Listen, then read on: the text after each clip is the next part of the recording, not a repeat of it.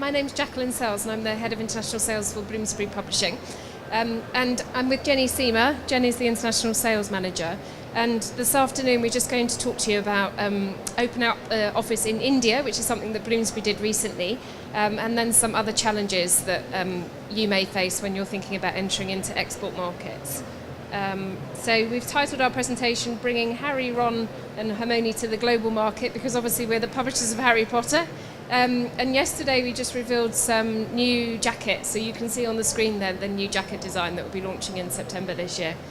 So we just wanted to share that with you because it's been quite exciting news for us. So just to give you an overview of Bloomsbury very quickly. We're an independent publishing house. We were established in 1986, and over the last 10 to 15 years we've been acquiring lots of other companies, and it's basically because of the success of Harry Potter. We've got offices in London, in Delhi, in New York and in Sydney, and we're publishing across a whole range of different types of publishing except for science, technical and medical. So we're the largest visual arts and fashion publisher in the academic world. We obviously have a big children's list, adult trade, nautical, natural history, a whole range of different titles that we're publishing every year with a backlist of around 100,000 titles. So that just helps you to put it into context and what Bloomsbury's about. And these are the types of audiences, the people that we're publishing our books for and who we're trying to sell them to.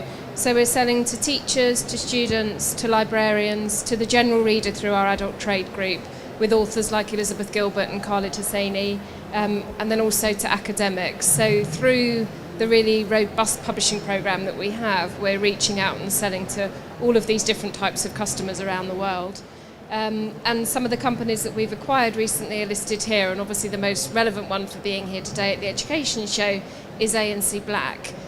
So we now are able to offer guided reading programmes and resources that can be used in schools, and particularly international schools around the world. So Jenny's just going to hand over now and talk to you about how we set up our company in India, because that's what we were asked specifically to talk about today. And then I'll come back at the end just to talk about some of the other challenges as well that you may face. Okay. Hi, so I'm Jenny. So I'm International Sales Manager at Bloomsbury. So I wanted to start off talking about some of the things that it's important to be aware of if you're setting up a company abroad. So the first thing is that there's a number of different rules and regulations in every single country around the world. For example, in the UAE, foreign companies can only operate via joint venture unless it's in a particular zone. In Malaysia, Malaysians need to be part of the corporation for a company to be able to be opened in Malaysia. So there's different rules for every single country. The second point that I wanted to make is you need to be aware if there's a market for your products.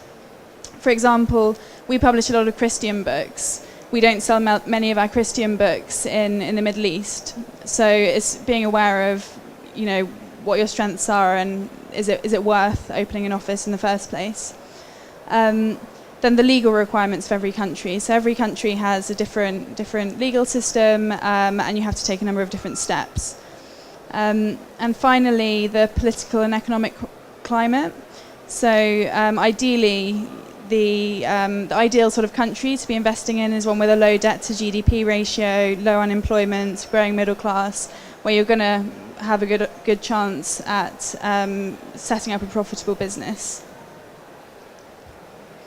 So in India, the things which are important to be aware, of, is it's important to understand the rules for your sector. So, for example, in publishing, manufacturing, foreign companies can open a fully owned subsidiary.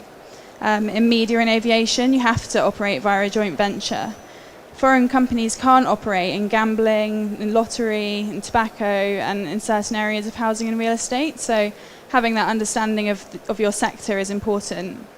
Knowing the type of business you want to open, whether it's a joint venture, a subsidiary, a branch office, is important, and recognising the issues of compliance, things like transfer pricing, and having an understanding of that is important too. So the first steps, what did we have to do when we decided to open up our office in India? So you have to apply for the incorporation of the company with the registrar of companies. It's quite a quick procedure. It takes around 7 to 10 days once your documentation is ready. And after that, your company is completely formed. You have to get approval from the Foreign Investment Promotion Board.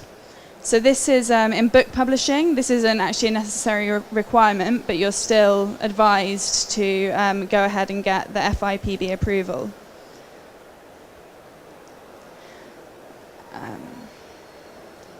So you've also got to register with the registrar of companies, get your permanent account number, your tax numbers. But essentially in book publishing, there's no major legal hurdles if you get all the documentation ready. If you have legal advisors, it's fairly straightforward. So we launched our office in India in September 2012. So it was announced in February 2012, and it took us around 6 months before we were fully operational. So we've now got over 20 people in our office in Delhi doing sales, marketing, publicity, editorial, and production. So why did we decide to open up an office in India?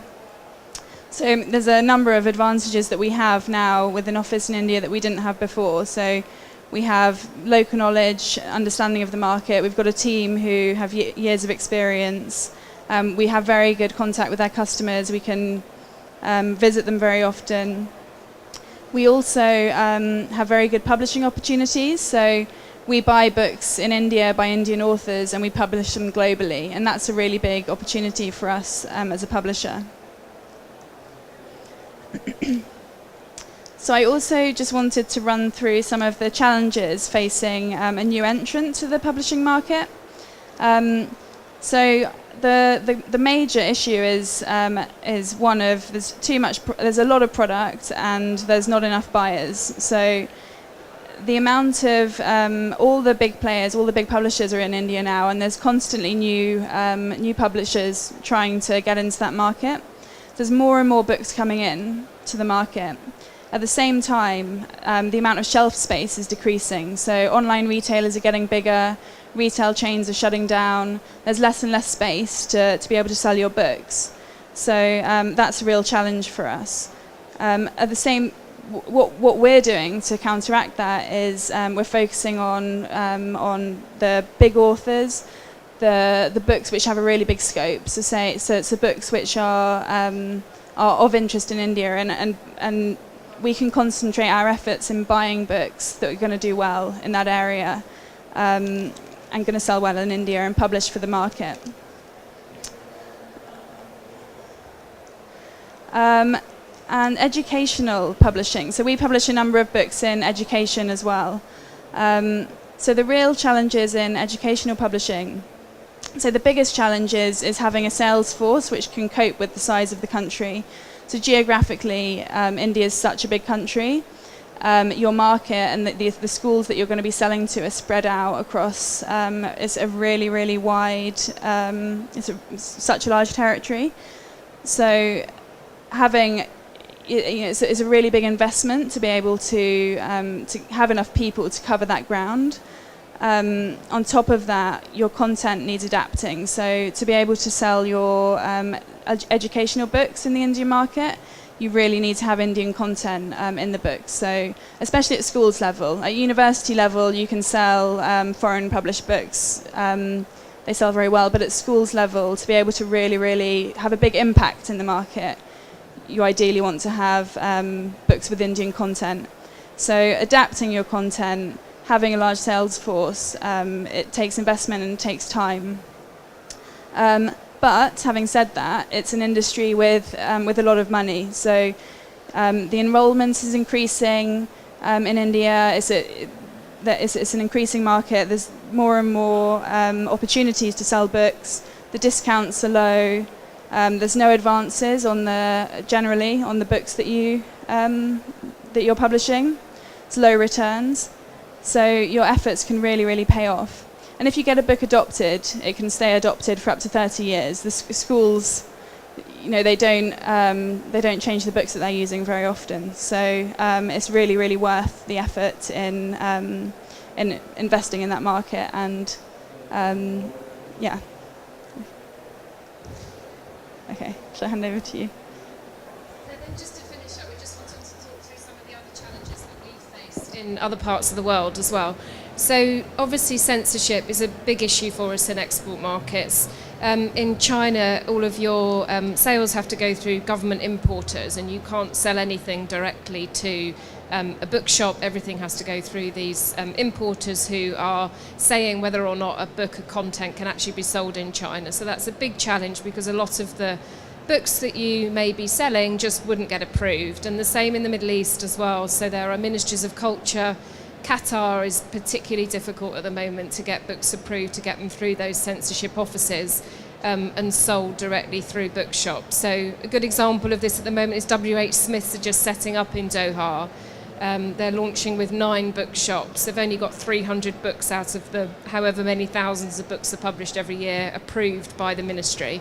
So it can take a long time, and you need to be very aware of the fact that this censorship process has to happen in certain countries. Piracy also is a massive issue, and that can be from India to Africa to other parts of Asia. You just have to work really closely with the Publishers Association and make sure that you're doing everything you can to try and stop piracy. And then there's a number of legal employment issues in Europe. If you're thinking about setting up a sales office anywhere, you need to be aware of the fact that in Europe, these independent sales agents are protected by European employment law. So you have to be very careful about the contracts that you're issuing these agents with. And also just to be aware that a sales agent, if that's the route that you're going through, will never be able to represent your business in the same way that you can. So just be very clear and very sure that you're appointing the right agents and the agents that are going to do your business justice, especially in the early days where you need those people on the ground because you don't have the resources to be able to support your own team. But there's a huge amount of potential in the export markets. Our business is growing year on year.